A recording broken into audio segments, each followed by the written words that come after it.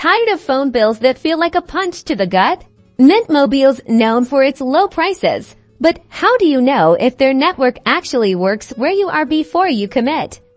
Well, let's explore your options for testing the Mint Mobile waters. First, the official, albeit limited, free trial. The Mint Mobile Trial Kit. You can purchase this kit directly from Mint Mobile's website. Head to mintmobile.com and look for the trial kit option. It typically includes a SIM card with a limited amount of data, talk, and text to use over a 7-day period.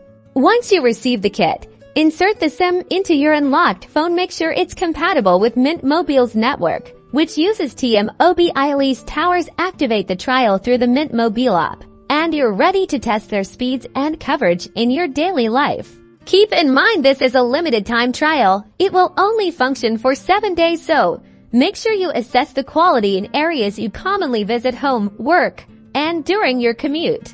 Another way to test Mint Mobile's service is to borrow a SIM from a friend who already uses it. If possible, this offers a real-world scenario experience where you can test it without any upfront cost. So before committing to those long-term savings, use these methods to ensure Mint Mobile's network works for you. Good luck saving some serious cash.